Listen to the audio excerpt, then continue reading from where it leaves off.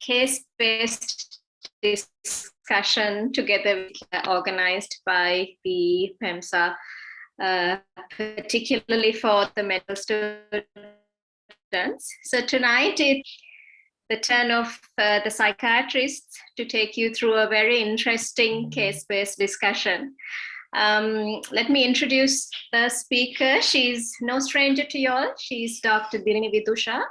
She's currently working as the senior registrar in psychiatry. She's a very active senior registrar, and she's also the latest recruit to the department of psychiatry. So she serves as a lecturer at our department as well. And we're going to be discussing a very important topic, which is how to approach and discuss a patient who presents. Something that you will find very, very useful. I think Dilini has also some MCQs at the end of the discussion, which she will discuss with you. So feel prepared. Any doubts that you may have, and she'll be more than happy to interact with you and rectify any concerns that you may have. So without taking any more time, let me introduce Dr. Dilini Vidusha. She's from the 2006-2010. Dilini, if you are ready, over to you.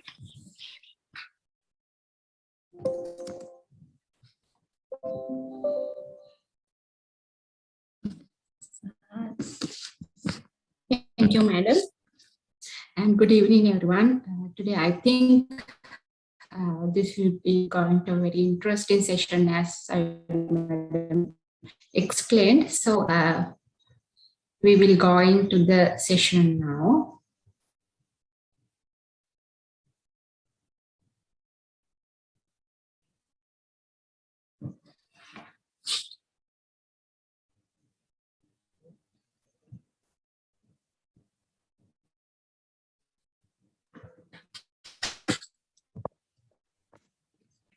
Okay, I think you can see. Yes, we can see. So, as the topic mentioned, that a young man presenting with the voices of unseen people, not very uncommon presentation to our psychiatry unit. We know each patients come with this presentation, and I think all of you have met with this kind of a complaint of a patient, right? So here a young man coming and claiming that voices of unseen people lead us to some important psychopathology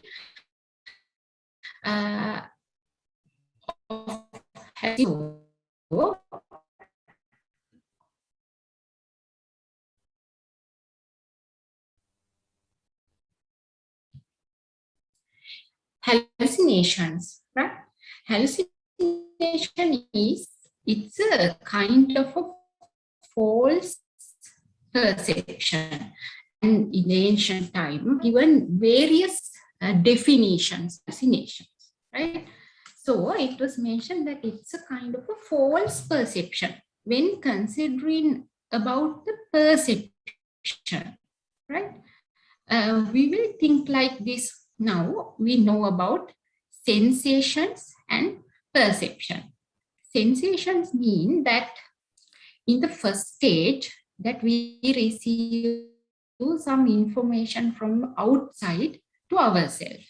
We will think now if someone is talking, now these voices come to our ears and they go into our brain and we can hear the voice, right? So the sensations are the first thing that get into our sensory systems, right? Our sensory systems, they include that the visual, auditory, tactile, olfactory, gustatory, kinesthetic, right? These kinds of sensory systems we have. So we get various kinds of sensations, and once we receive the data, they transform and transmit in the central nervous system. After that, this transformation of the sensation, they cause the meaningful perception to occur at the cortical level. So this perception occurs at cortical level. So this is an active process actually, right? So we need attention, we need memory, the prior experiences, affect, and our cultural expectation. This everything help in this perception, right? So since the ancient time that there were several definitions, as I mentioned earlier, to hallucinations. So they have mentioned that the hallucinations are perceptions without an adequate external stimulus. Sometimes this definition, you may say that it's not correct in my further explanation of this, but up now it will not explain the functional hallucinations, which I am going to describe you in further slides. But for the other things that actually it's a perception, now I described you what's a perception, then in a hallucination, in a patient's mind, that about an auditory hallucination, right? For the patient, actually, they feel that this voice is coming from the outside. This is not in the patient's subjective space. That means for him, it's not something which arises from the inside, though we feel, as psychiatrists, we feel it as a hallucination. Patient, it's a normal phenomena. For the patient, he feel like this hallucination is something coming from outside. To him, that actually it's a kind of a real perception for him. It's a, for example, the auditory hallucination, for him, the hallucinations are real thing. He actually hears it as coming from outside. And also they occur spontaneously. The patient is not willing, unwillingly, not with the willness of the patient, they occur unwillingly and spontaneously, they come, and there's no controllability over the hallucinations. So if the patient thinks that he wants to control, that he cannot control. To him, it's same as a true perception. Because of that, they find it not able to control those hallucinations, right? Then, as I mentioned earlier, now this hallucination is a broad topic in psychiatry, and we meet patients with different kinds of hallucinations, right? We get the hallucinations in individual senses. For example, there are auditory hallucinations, visual hallucination, olfactory, gustatory, tactile. In each and every sensation, sensory organs, they can get the hallucination. The perceptual disturbances can occur in each and every sensory systems, right?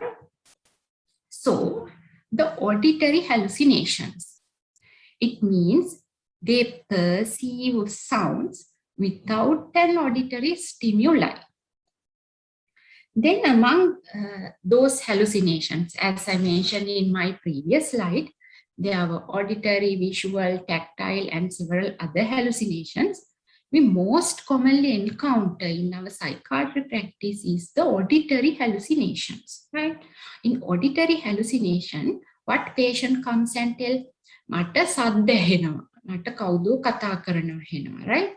They claim that they can hear voices, but when they see there's no one who had spoken to them. That means the unseen people, they feel like that they can hear the voices. Hearing voices, characteristics of schizophrenia, right? Auditory hallucinations. But that does not mean that they cannot occur in other conditions. They also occur in other conditions, some affective disorders, in bipolar disorder, sometimes with severe depression with psychotic symptoms, they can get the auditory hallucinations. And for an alcoholic hallucinosis, they get auditory hallucinations. So not only in schizophrenia, but also in several other conditions, you can get auditory hallucination. But it's a kind of some specific feature, some kind of a characteristic nature has towards the schizophrenia.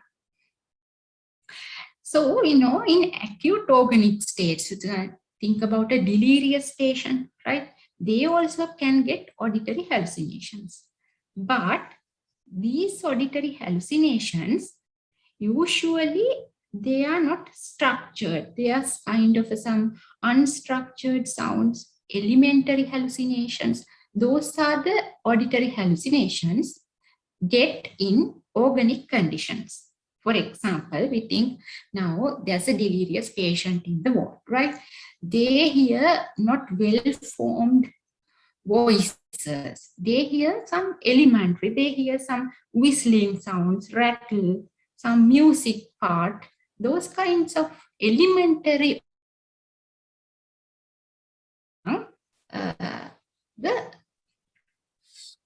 they are common among the organic states, right?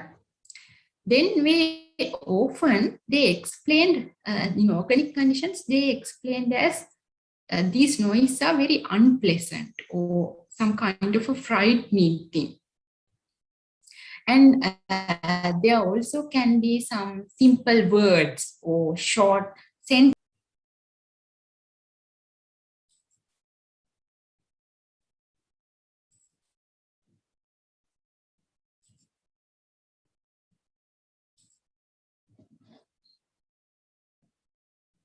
Okay, we will discuss some MCQs. I think I will the MCQ and one by one, if you can put your answers in the chat, I think that will be better. Then we can discuss, right? Okay. This is one.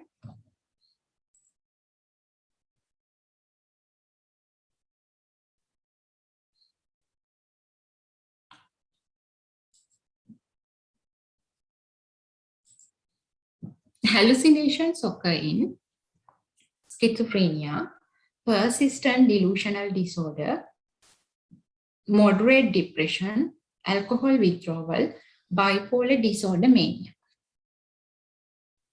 Right, the first one, hallucinations occur in schizophrenia. I'll give you 1 minute to give me the answer.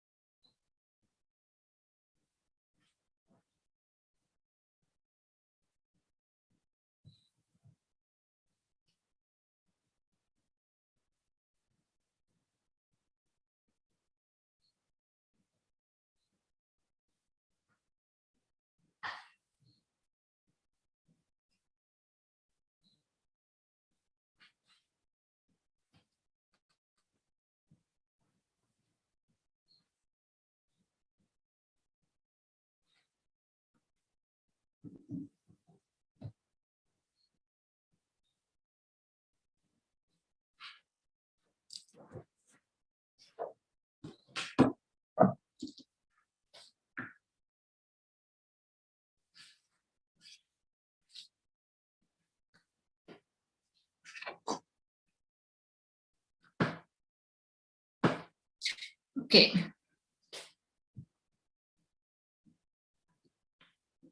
Now we will see hallucinations occur in schizophrenia. All of you have answered correctly. in schizophrenia, we know any kind of a hallucination can occur actually, right? The most commonly, the auditory hallucinations occur in schizophrenia. Mainly the auditory hallucinations, which are included in the first rank symptoms, are third person auditory hallucinations, running commentary, thought echo. Those are considered as first rank symptoms. They included in they occur in schizophrenia. And second person commanding, rarely visual hallucinations also may occur, but it's not a prominent feature, right? Those hallucinations usually are well-formed auditory hallucinations. Then I described some special kinds of hallucinations also, kind of a functional hallucination, the reflex hallucination, autoscopic. Those things also can occur in schizophrenia. So when you are going to take a history from a patient, try to elicit, it will be nice to elicit some kinds of different kinds of hallucinations if they are with the patient.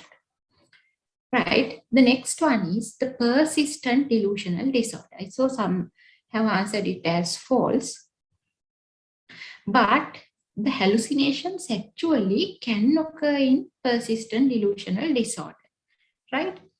The delusion, but the thing is this, the persistent delusional disorder, the delusions constitute the most conspicuous or the only characteristics, right? And there must be no only occasionally. In ICD-10, it's clearly mentioned, there must be no hallucination, but there can be occasionally the auditory hallucination. So some kinds of hallucination, auditory hallucination especially, but that should be with regard to the delusion the patient is having, right?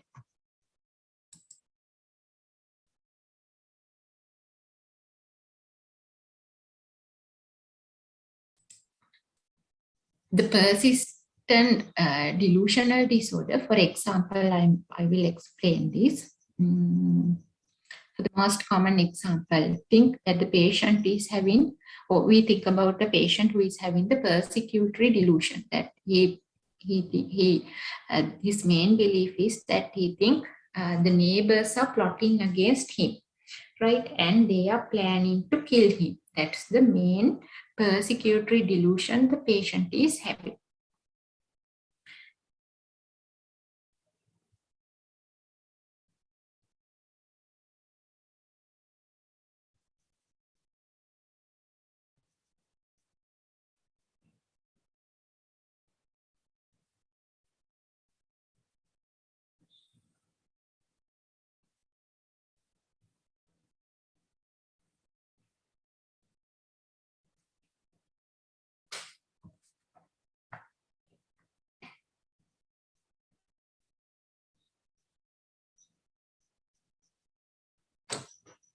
Right?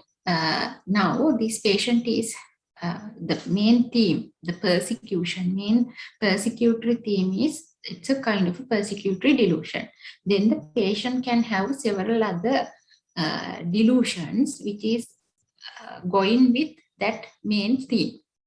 At the same time, sometimes the patient might have some fleeting hallucinations that the neighbors are talking about him, but actually it's not going to be a persistent one. If the patient is telling that he can hear continuously that the neighbors are talking about him, they are plotting against him, then you have to change your diagnosis. Most probably it could be schizophrenia. But hallucinations can occur in persistent delusional disorder.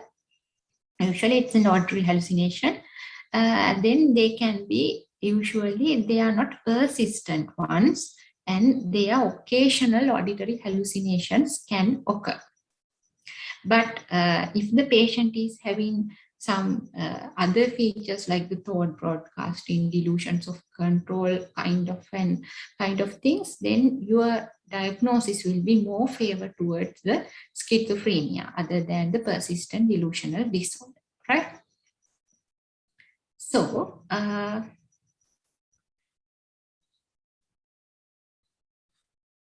The other one is the moderate depression. You know, in the affective condition, the depression, the affective conditions, they can get the hallucinations.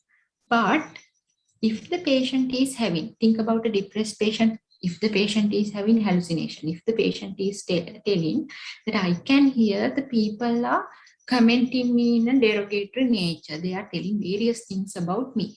At that point, when you hear that the patient is telling that they hear the voices or when they have the hallucinations, then your diagnosis cannot be a moderate depression.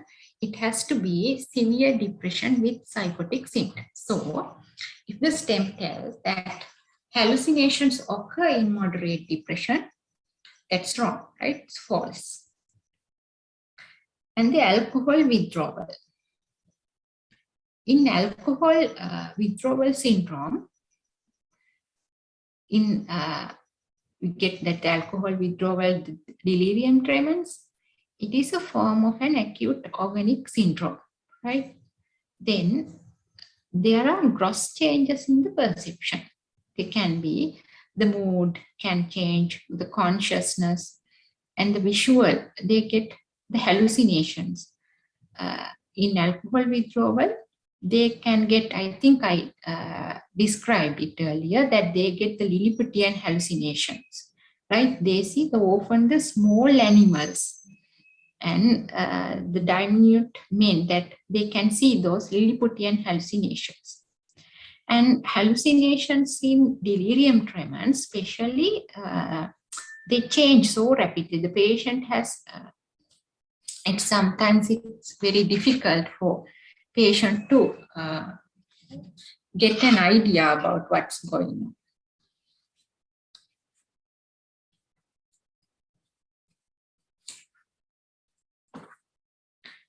Right, then the bipolar affective disorder. The bipolar affective disorder patients, whether they can get hallucinations, bipolar disorder mania. Bipolar affective disorder mania, we know that there can be with psychotic symptoms and without psychotic symptoms. If the patient is having bipolar disorder with psychotic symptoms, the manic, they can have the, some people are telling, right, I can hear the gods are talking to me, right? So it's kind of a hallucination, can get the auditory hallucinations in third, second person or in third person.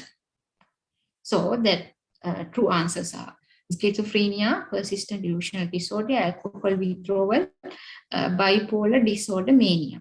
But if the question asks like that, hallucinations are prominently, if the question changed like that, right, hallucinations are prominently occurring, then you can't take persistent delusional disorder, right?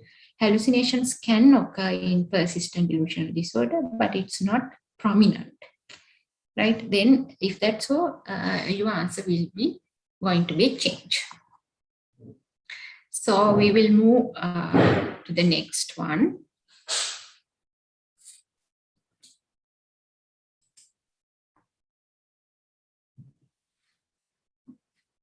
Okay, now you can send the answers.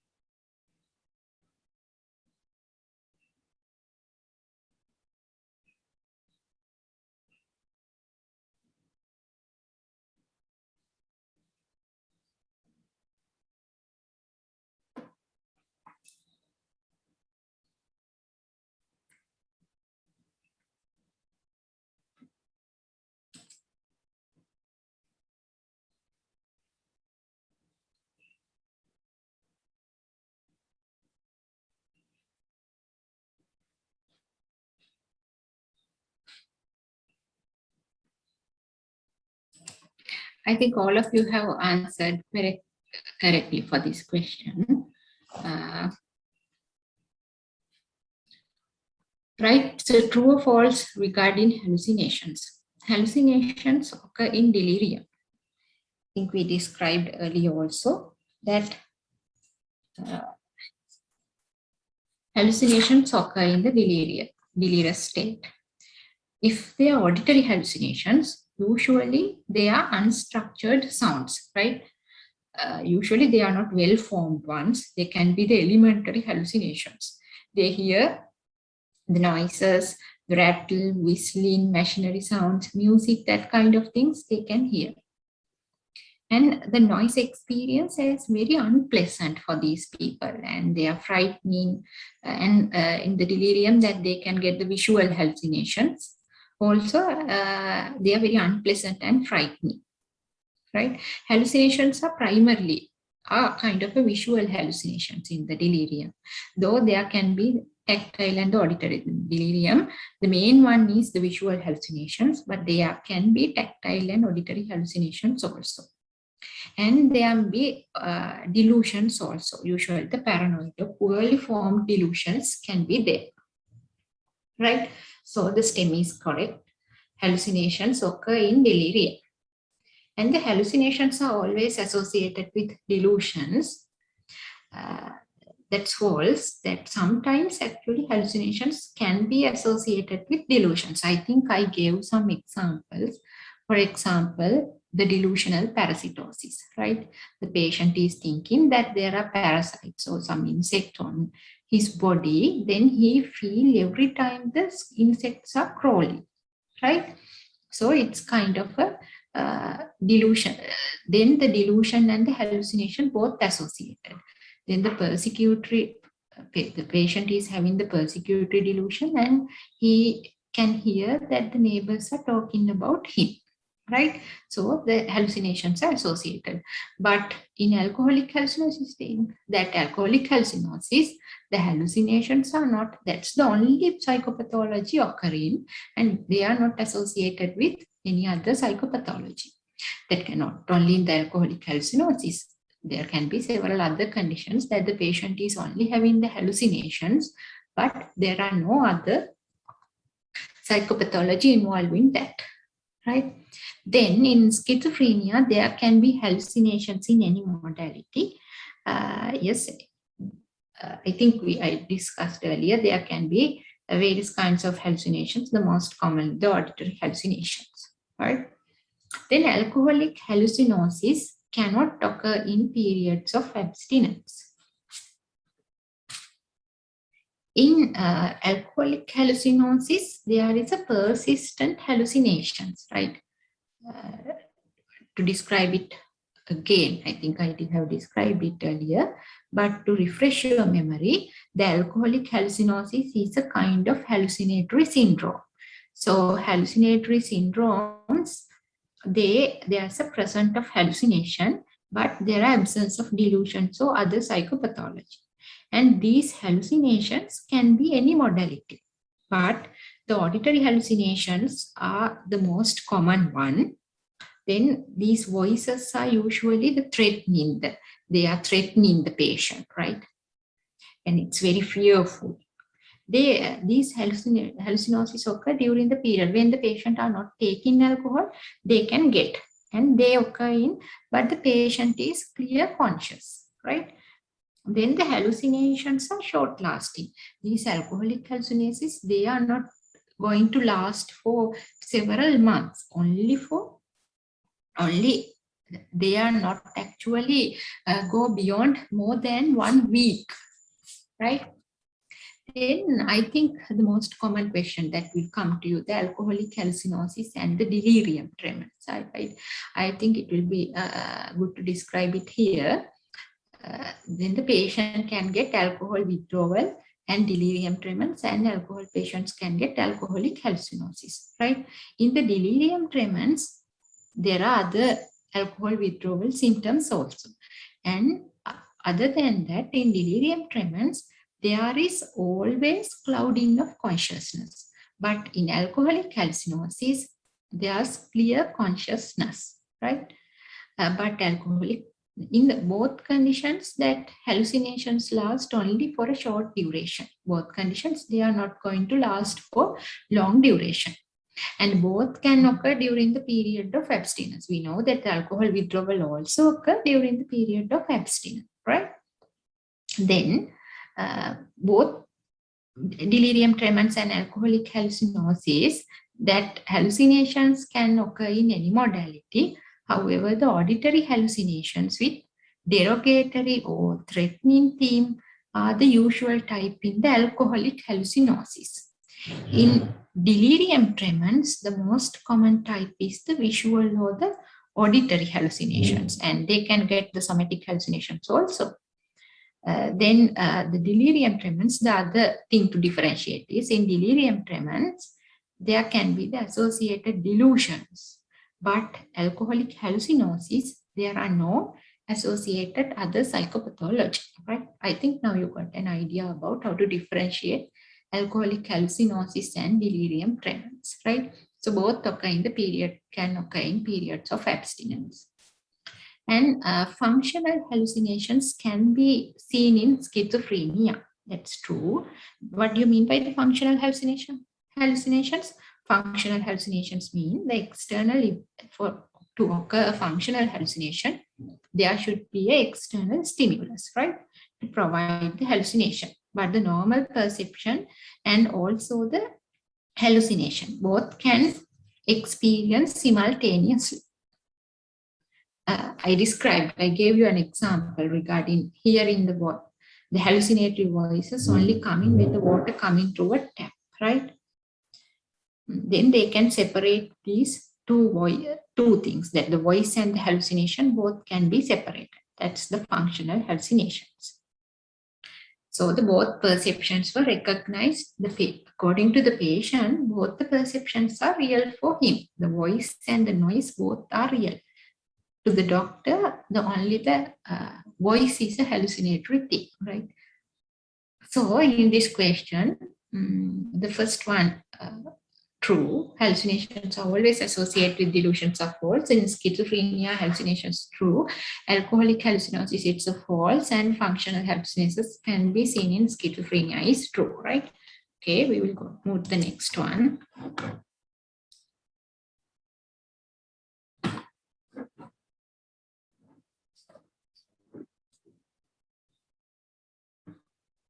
Okay, read this question and send your answers.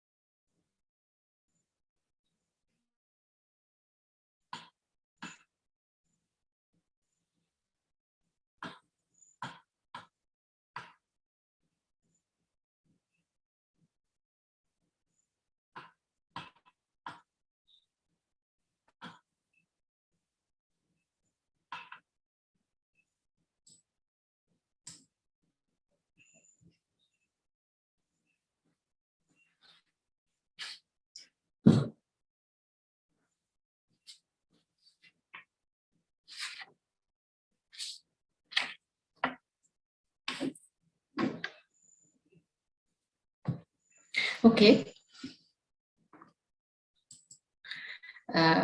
Thought echo is a delusion. I think I described it earlier. The thought echo is the patient can hear his thoughts are spoken aloud, right? In that kind of a situation, what's the main psychopathology? It's a kind of thing involved in the perception that the patient hears something. Hearing means is a perception. Delusion means something is going to the thought. Here it's going to be something involving with perception. So the thought echo is not a delusion. It's a kind of hallucination. It's actually an auditory hallucination, right? Thought echo. And it's actually a NIDA's first rank symptom. Then the visual hallucinations are most commonly seen in schizophrenia. I think I have described it earlier. The visual hallucinations characteristically occur in the organic states, right? Not in psychotic states. They are very uncommon.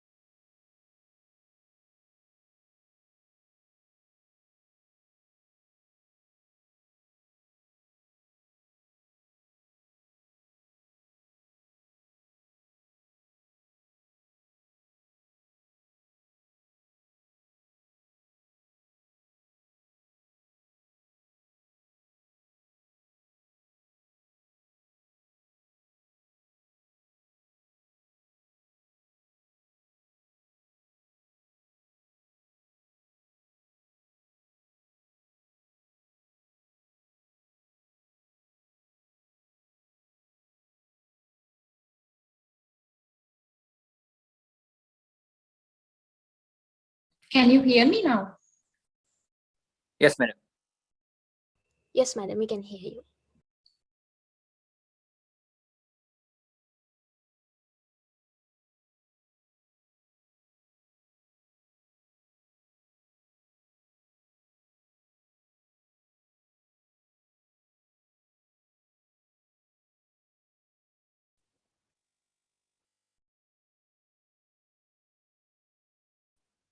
Madam, we cannot hear you now.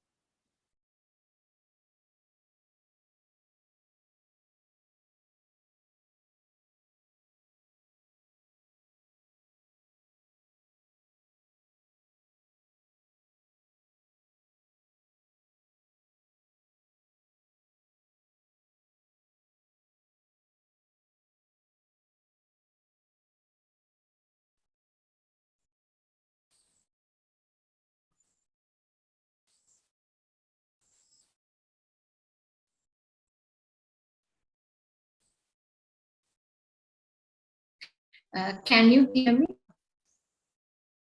Yes, madam, we can hear you. Okay. I think I lost my connection, and you heard the visual hallucinations are we described, right? Visual hallucinations are the most commonly seen in schizophrenia. Then for the visual hallucination, actually it's characteristically occur in the organic states, and it's very uncommon in schizophrenia.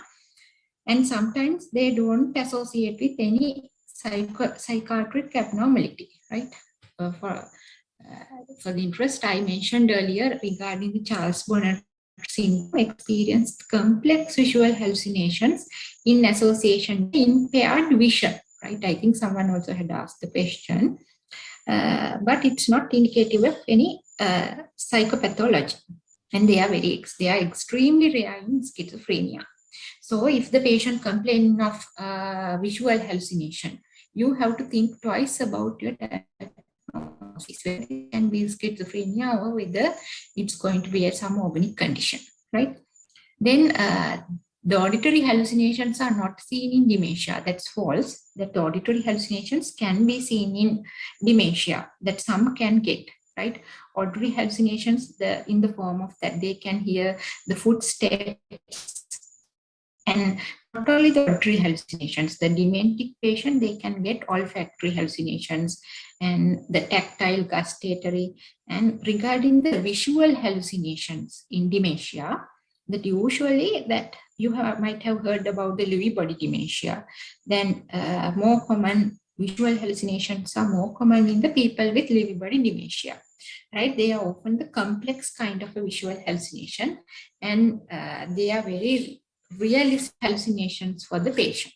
And also it will be very distressing for the patient, and some found pleasant or comforting kind of a visual hallucinations also. Sometimes you know that dementic patient, they come and describe about some visual hallucination to seeing their the old relatives kind of thing, then they feel very happy about seeing those hallucinations.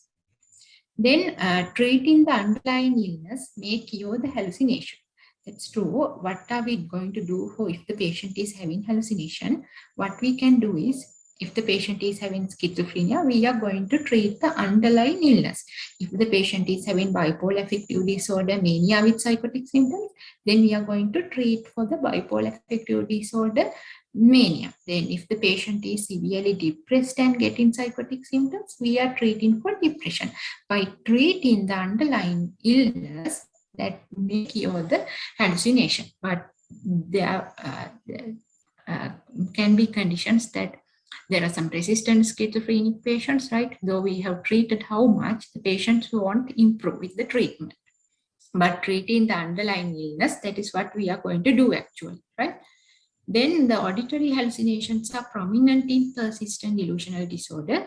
I think we described earlier in persistent or delusional disorder, it's the name per se indicate that it's a kind of a delusions involving, and usually there must be no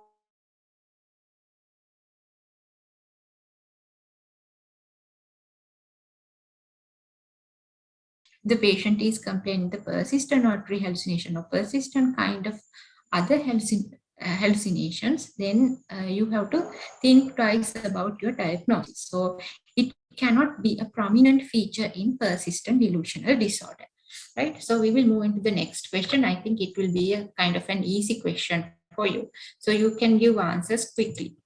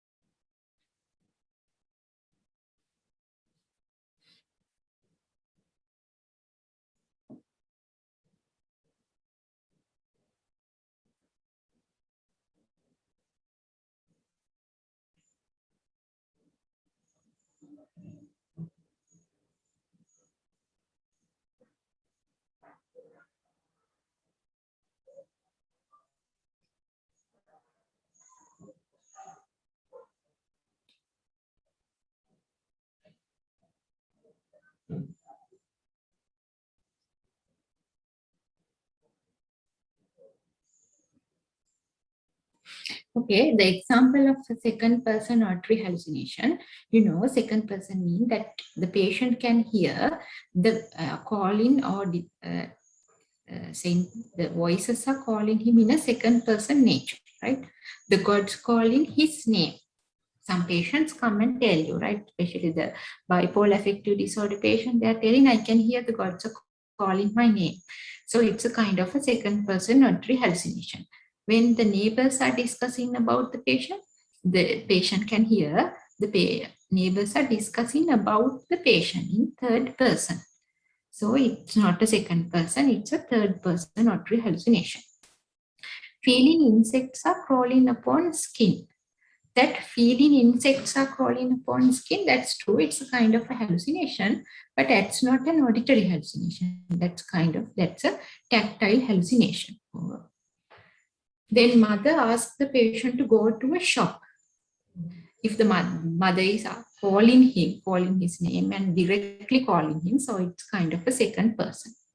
And a friend calls the patient, the friend directly is calling him. So it's also a second person auditory hallucination, right? It's an easy question. So we will move to the next one. This will be the last question, right?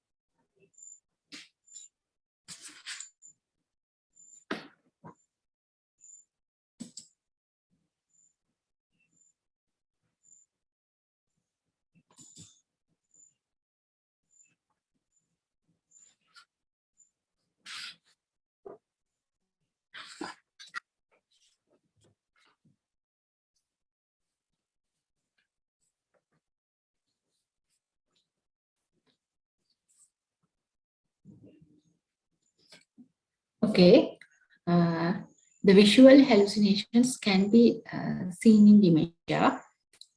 I mentioned earlier also that in dementia, you can have various kinds of hallucinations, right? That can be auditory hallucinations, or there can be visual hallucinations, olfactory, gustatory. These hallucinations can be occur. And especially in a specific kind of dementia, the Lewy body dementia, they get visual hallucinations. Sometimes they are very frightening ones, but sometimes in dementic patients, when they get in the visual hallucinations, they can be pleasurable also, right?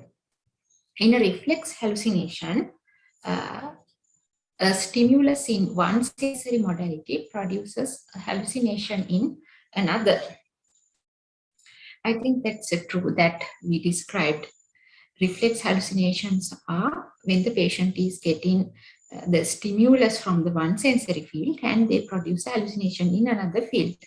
The example I was given that the patient feels complaints of a pain inside her head when the other people are sneezing, right? So it's a reflex hallucination.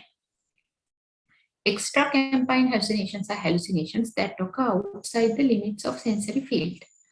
That's true. The extra-campine hallucinations mean the hallucination that is outside the limit of the sensory field, right? Then they sometimes that they hear the voices. Mentioned that they describe the hearing the voices in somewhere else, but the patient is in some other place. For the faraway place, they tell that they can hear the voices are going on there, right? Then the hypnagogic and the hypnopompic hallucinations are not true hallucinations. That's false. The hypnagogic and the hypnopompic hallucinations, they are true hallucinations, right? They are not pseudo hallucinations.